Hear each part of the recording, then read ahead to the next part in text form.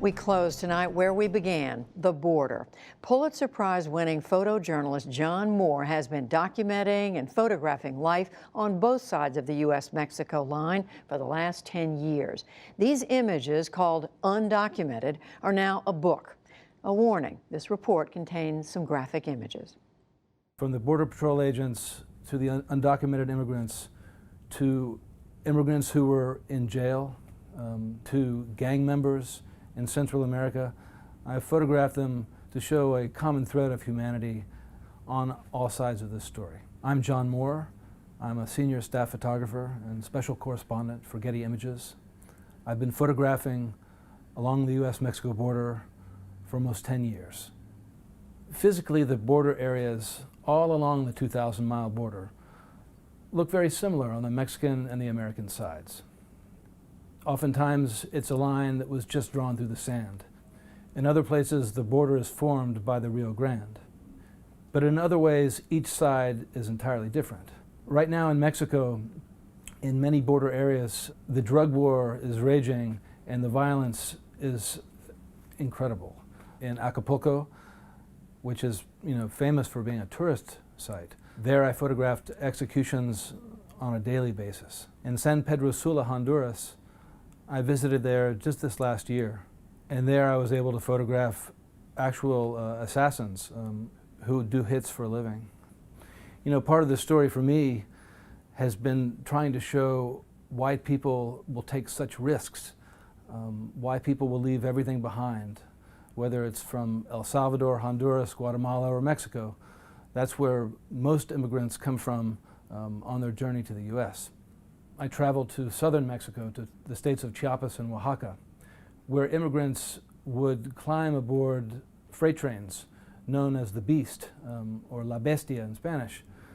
And the train is called the Beast for a reason, because it's a monstrous way to travel. People travel for days, even weeks at a time, on top of the trains, and always in danger of being swept off the top by branches. Many have fallen underneath the wheels and died under the trains or been dismembered.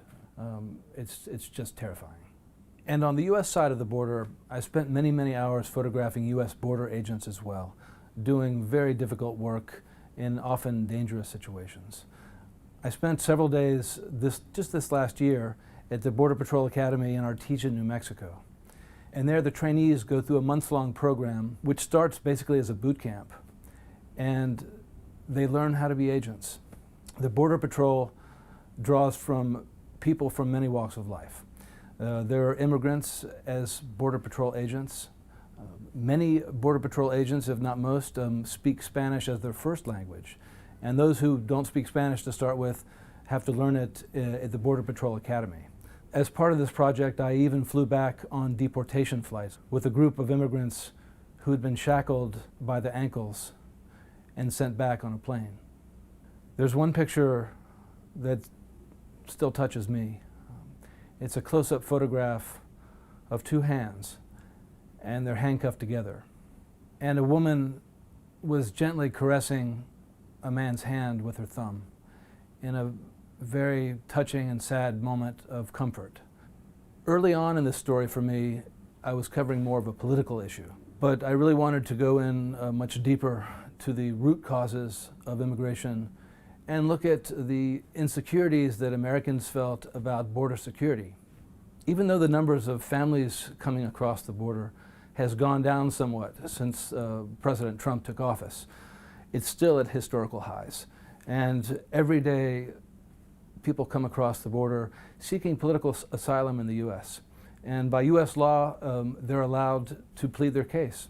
I think as a photojournalist, it's necessary to separate the emotions from the reality as much as I can.